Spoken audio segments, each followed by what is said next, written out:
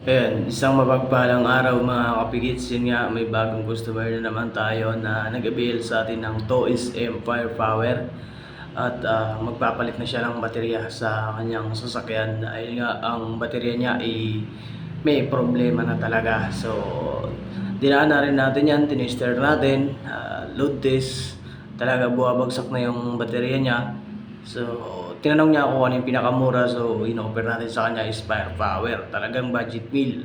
So, tinanong niya rin ako kung ilang months ang warranty. So, meron niyang 12 months warranty. At yun nga, nag-uusap kami dyan, nagkukwentuhan kami dyan. So, sabi nito nung nakapula, ni Di Castro, sabi niya sa akin, sinubukan niya daw buksan yung radiator minsan. At yun nga, sabi niya, binuksan niya nung kakapatay lang ng makina, grabe daw ang kulo ng kanyang radiator. Sabi ko normal lang talaga na kumukulo ang radiator, pero sabi ko iwasan mong magbukas ng radiator lalo na kapag kakapatay lang ng makina dahil may tendensya na bumulwak yung tubig sa radiator. Siyempre may pressure yan dahil mainit. So sabi nung kasama niya, ay buti hindi ka nabulwakan sa mukha. Ayun nga, at dinimo niya pa.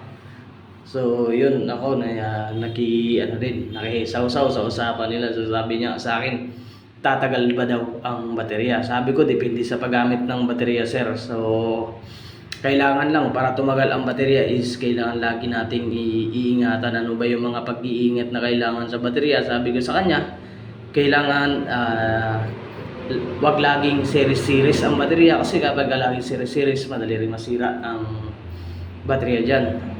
So, pangalawa dyan, kailangan pag pinapatay natin ang sasakyan is make sure na nakapatay yung mga ilaw at nakapatay yung ating mga aircon para kung halimbawa na may grounded ang sasakyan is hindi siya magkaroon ng problema at hindi siya magkukonsumo na nakapatay ang makina. So, yun. Sabi niya sa akin, ganun pala yun kapag ang sasakyan pala grounded na uubusan din pala ng kuryente yung baterya, sir. Siyempre yan ang nagsusupply ng kuryente sa pag-start mo sa sasakyan at sa mga ilaw, aircon. Vice versa lang kasi ang nangyayari dyan. So, yun. Kumakarga sa alternator, binibigay naman ng baterya yung kuryente niya para sa start ng sasakyan. At siyempre, iikot-ikot lang, vice versa lang ang nangyayari. So, yan, medyo ako dyan, risky yung aming ng baterya dahil ang tagal nga namin ng kabit namin dahil mas mahaba yung kwentuhan.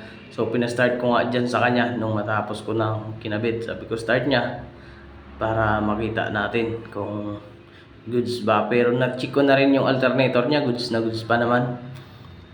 At yun, salamat sa inyo, sir, sa pagbisita sa aking outlet. So, siya minsan na nakapanood sa aking mga vlog. At yun, thank you, idol. At yan, paalis na nga sila. Maraming salamat.